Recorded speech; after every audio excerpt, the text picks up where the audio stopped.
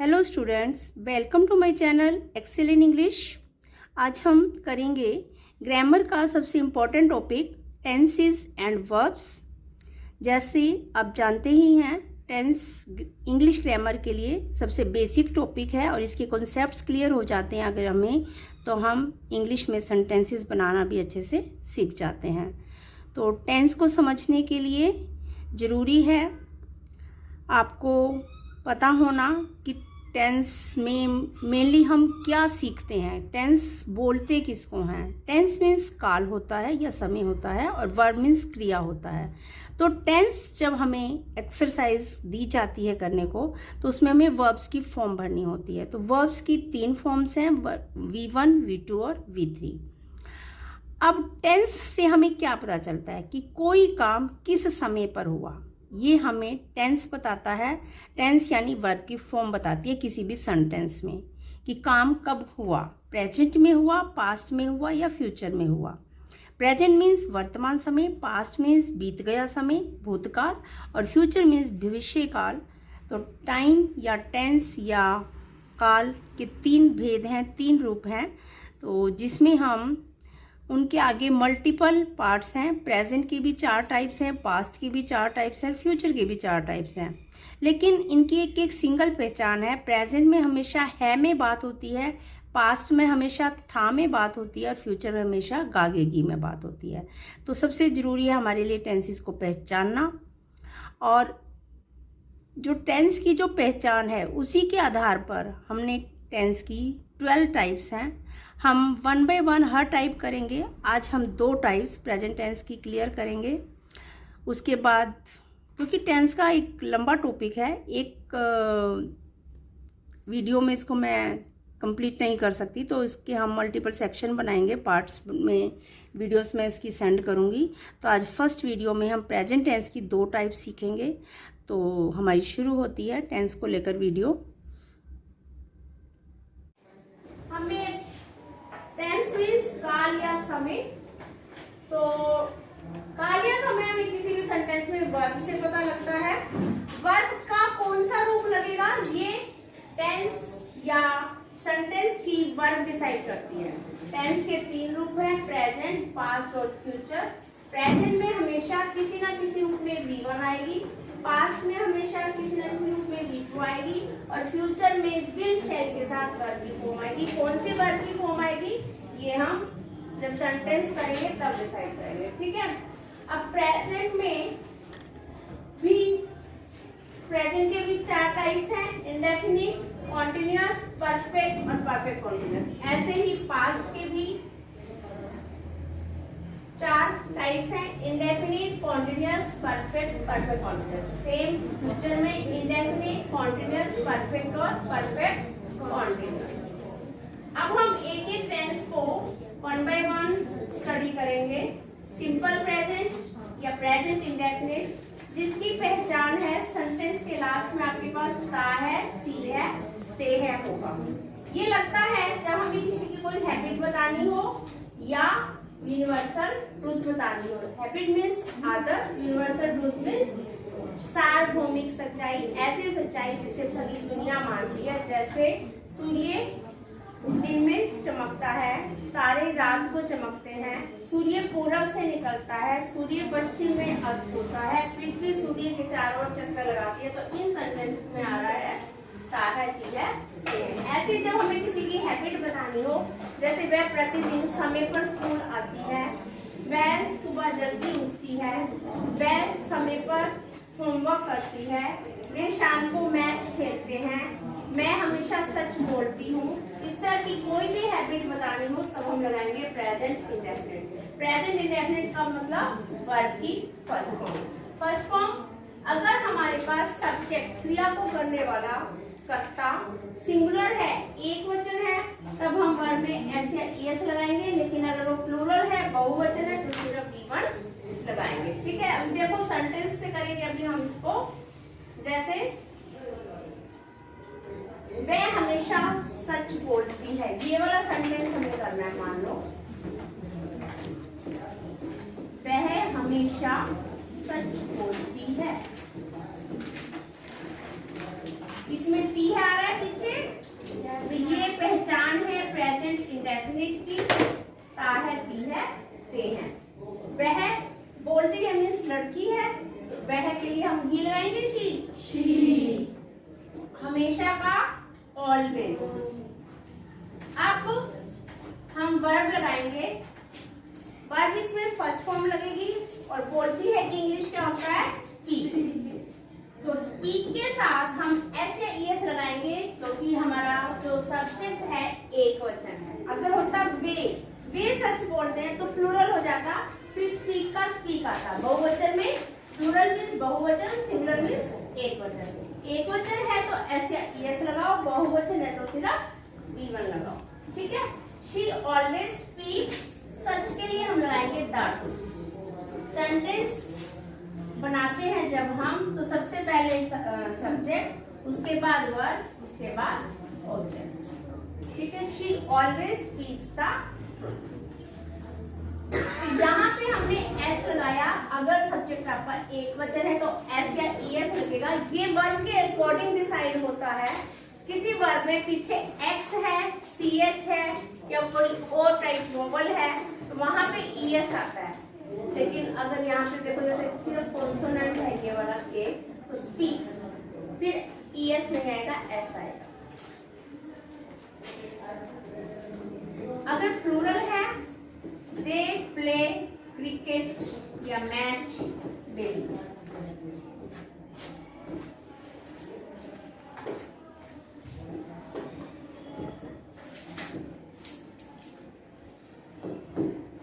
ये भी हैबिट होगी ना। अब यहाँ पे ये बहुवचन है दे, तो यहाँ पे सिर्फ वी1 आई, यहाँ वी1 के साथ एस आया ना। सूर्य पूरब से निकलता है, सन। सन एक वचन है, बहुवचन है? एक वचन है तो राइज होता है निकलना, इसमें एस लगेगा, राइजेस इन द ईस्ट, पूरब से।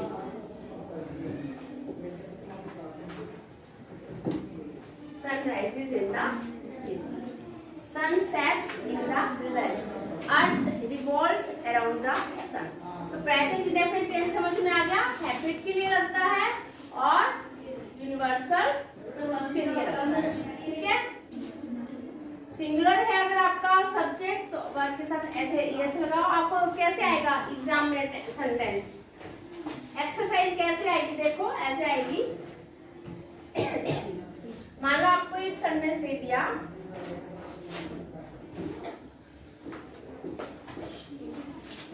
Reach late at school. वो स्कूल देर से पहुंचती है। पहुंचती है, सीएच आ रहा है पीछे, तो आपको ब्रैकेट में वर्ब दे देंगे तो आपने सोच के लगाना है। वो स्कूल लेट पहुंचती है, पहुंच रही है ये तो नहीं बोलते हम कभी, पहुंचती है, उसकी आदत है, हैबिट है। तो हैबिट के लिए क्या लगाएंगे हम? Simple present. सिंपल प्रेजेंट में अगर ये सिंगुलर है, एक वचन है तो एस या ईएस लगा दो, रीच का बन जाएगा रीचेस। और अगर होता दे, कोई प्लूरल होता या बहुत सारे बच्चों के नाम होते, दो या दो से ज्यादा के, तो हम लगाते रीच। एक वचन है तो रीचेस। तो इस तरह से एग्जाम में आएगा।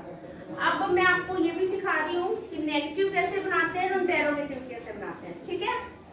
अब जो वी1 होती है हमारी, जब भी हमें किसी सेंटेंस में नॉट लगाना हो तो नेगेटिव बनाना हो उसको, तो उसके लिए हमें हेल्पिंग वर्ब की जरूरत होती है ना। अब इस सेंटेंस में हमारे पास हेल्पिंग वर्ब है। हेल्पिंग वर्ब कौन सी होती है? Is, am, are, was, were, will, shall, has, have, had, ये आपकी हेल्पिंग वर्ब होती है। और इस सेंटेंस में नहीं है हमारे पास, नहीं है ना। इज, एम, आर भी नहीं है, वाज, वर भी नहीं है, विल, शैल भी नहीं है। तो यहाँ पे हमें हेल्पिंग वर्ब ढूंढनी पड़ेगी। हेल्पिंग वर्ब इसमें कैसे ढूंढेंगे? V1 is equal to do plus V1। V1 is equal to do plus V1। ठीक है। ये डू हमारे लिए हेल्पिंग वर्ब का काम करेगा। She reaches late at school का मतलब है शी डज रीच। डू या डज, V1 के साथ एस या ईएस है तो उसका मतलब है does plus V1।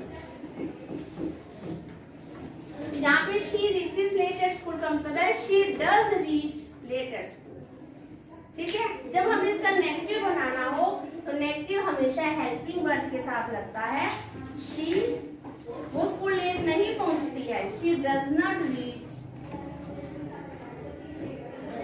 Late at school.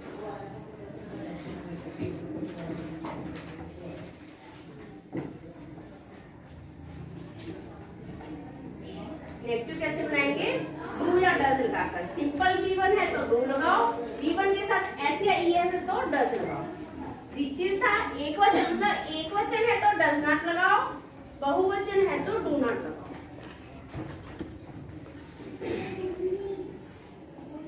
वे प्रतिदिन मैच नहीं खेलते हैं। नेगेटिव बनाना है ना, they do not play, match लिखो या क्रिकेट लिखो, they do not play cricket daily. Daily means habit, प्रतिदिन। कुछ वर्ड्स ऐसे होते हैं सेंटेंस में जिनसे हमें पता लगता है कि बात किसकी हो रही है, हैबिट की। कौन से वर्ड्स है वो? नेगेटिव बना लिया डू नॉट से, यहाँ पे हमने डज नॉट से बनाया था क्योंकि ये एक वचन था, यहाँ पे हमने डू नॉट से बनाया क्योंकि ये बहुवचन है। और डू डज हमने इसलिए लगाया, हमारे पास हेल्पिंग वर्ब नहीं थी, तो हेल्पिंग वर्ब यहाँ पे हम V1 के साथ जब लगाएंगे तो डू या डज। आगे समझ? अब इसका अगर हमें इंटेरोगेटिव बनाना हो तो कैसे बनाएंगे? जैसे शी स्पीक्स द ट्रूथ, वो सच बोलती है। सिंपल सेंटेंस लेके चलते हैं हम। जब हमें इसका नेगेटिव बनाना हो, she does not speak the truth, वो सच नहीं बोलती। बन गया नेगेटिव। और जब हमें इंटेरोगेटिव बनाना हो तो कैसे बनाएंगे? क्या वो हमेशा सच बोलती है? ठीक है, डज को हम आगे लेके आएंगे। नॉट लगाना हो तो हमेशा हेल्पिंग वर्ब के तुरंत बाद नॉट लगाते हैं। इंटेरोगेटिव क्वेश्चन वाला बनाना है तो हेल्पिंग वर्ब को बाहर ले आते हैं। हेल्पिंग वर्ब क्या है? डज। हेल्पिंग वर्ब बाहर निकाल के हमारा नेगेटिव बनेगा। डज शी स्पीक द, आ रहे समझ में? और पीछे लगेगा question. Does she speak the, सबको आ रहे समझ? Yes ma'am. दिखाई भी दे रहा है? Yes ma'am. चलिए आगे। यस।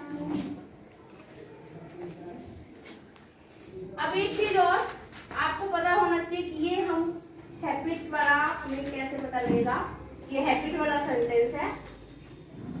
अगर किसी सेंटेंस में डेली है, ऑफन है, ऑफन का मतलब होता है अक्सर, यूजली है, जनरली है, रेगुलरली है, तो इन वर्ड से पता लगता है कि हैबिट की बात हो रही है। प्रतिदिन, अक्सर, यूजली, जनरली, आमतौर पर, रेगुलरली, नियमित तौर पर वो ये काम करती है, ये उसकी हैबिट में है। तो जब ऐसे वर्ड्स आएंगे किसी भी सेंटेंस में तो आपने वर्ड की फर्स्ट फॉर्म लगानी है। नेगेटिव बनाना है तो डू नॉट डज नॉट के साथ बनाना है। इंटेरोगेटिव बनाना है तो डू और डज बाहर निकाल। कैसे पता लगेगा इंटेरोगेटिव सेंटेंस है? पीछे क्वेश्चन मार्क होगा। कैसे सेंटेंस आएगा देखो, दैट शी, यहाँ पे ब्रैकेट में स्पीक आ जाएगा,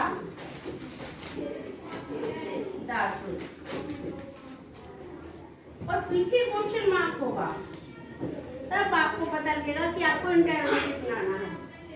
एग्जाम में ऐसे एक्सरसाइज आएगी तो आपको बनाना होगा, अगर पीछे क्वेश्चन मार्क है तो आपको इंटेरोगेटिव बनाना होगा। तो आप इसमें डज बाहर निकालोगे, डज शी, स्पीक का स्पीक रहेगा, वर्ब की फर्स्ट फॉर्म आएगी, फिर ये ब्रैकेट हटा देंगे।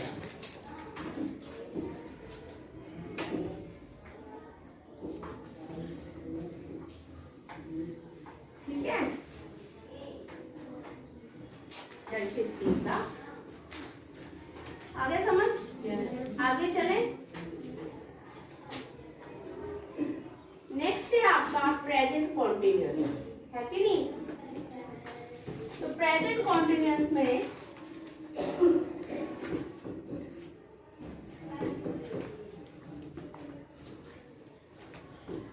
सेंटेंस की पहचान है रहा है, रही है,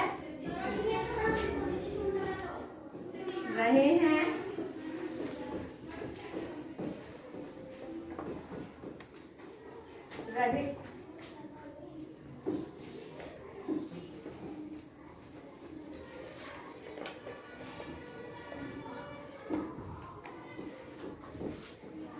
रहा हूँ,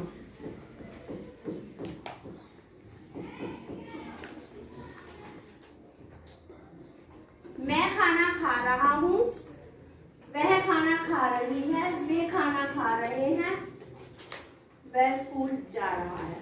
कोई काम जिस समय उसके बारे में बोला जा रहा है उस समय वो काम हो रहा हो, वो क्रिया हो रही हो, action going on at the time of speaking.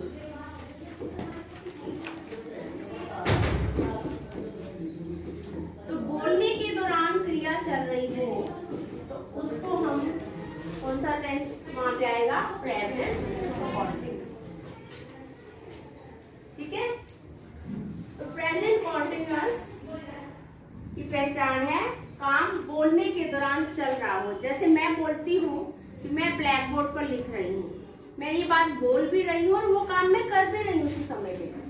बच्चे सुन रहे हैं, बच्चे पढ़ रहे हैं, बच्चे अपना होमवर्क कर रहे हैं, बच्चे टीचर को सुन रहे हैं, तो वो एक्शन, वो एक्टिविटी, वो काम उस समय हो रहा हो जिस समय उसके बारे में बोला जा रहा है, बात की जा रही है। आए समझ में? तो एक्शन गोइंग ऑन, एक्शन चल रहा है at the time of speaking, जिस समय उसके बारे में बात की जा रही है। तो ये इसकी पहचान है। अब लगना क्या है इसमें? इस एमआर में से कोई एक प्लस V1 के साथ ING, ये वर्ब का एक चौथा रूप है। वर्ब की 3 फॉर्म्स की आपने, V1, V2, V3। वर्ब की चौथी फॉर्म समझ लो V1 ING होती है। ठीक है, तो इस एमआर में से कोई एक प्लस V1 ING। अब ये हमारे हेल्पिंग वर्ब है।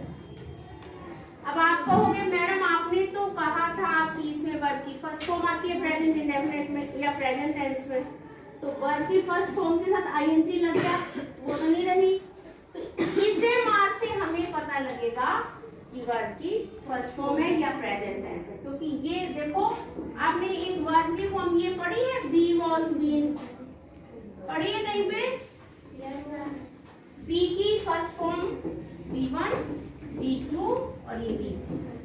समझ में आया? B का मतलब होता है इज़ेमार, B का मतलब होना, होना मतलब इज़ेमार, और B2 में वाज और वर दोनों आते हैं, और B3 में भी।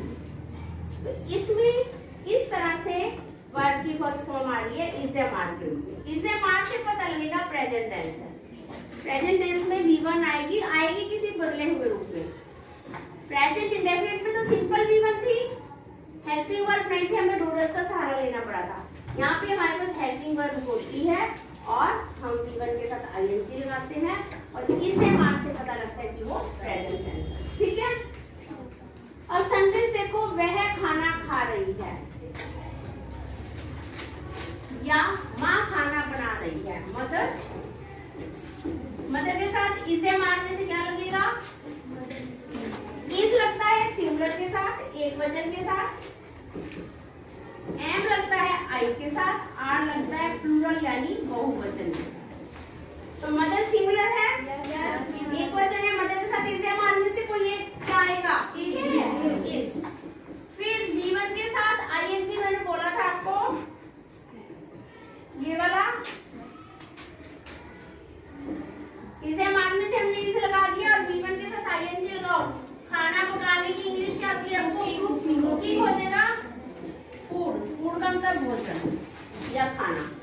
Mother is cooking food. जब बोल रहे हैं तो वो काम चल रहा है, वो काम हो रहा है। तो माँ के बारे में जब बोल रहे हैं कि माँ खाना बना रही, तो माँ खाना बना रही है, मदर इज कुकिंग फूड। अब इसी का हमें नेगेटिव बनाना हो,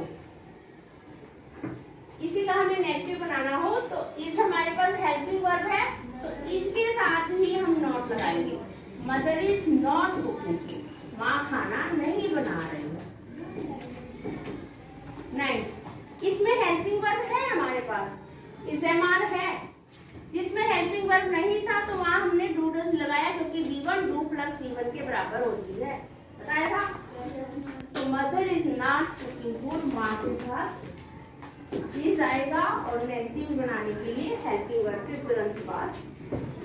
लगेंगे। और जब इंटेरोगेटिव बनाना हो तो इज बाहर आ जाएगा, इज मदर कुकिंग फूड। जैसे ये सिंपल सेंटेंस है, मदर इज कुकिंग फूड, इसका इज बाहर ले लेंगे तो is mother cooking food. Is peon ringing the bell, क्या पियन घंटी बजा रहा है, क्या वो मैच खेल रहे हैं। इसका अगर हमें सिंपल बनाना हो तो हम बनाएंगे वो मैच खेल रहे हैं, प्लूरल हो गया, दे के साथ आर आएगा, they are playing a match. वो मैच नहीं खेल रहे हैं, they are not playing a match.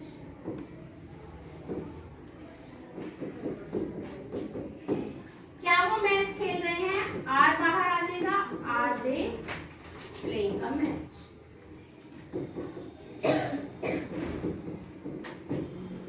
आया समझ? तो प्रेजेंट कॉन्टिन्यूअस में ऐसे, बाकी कल, ठीक है।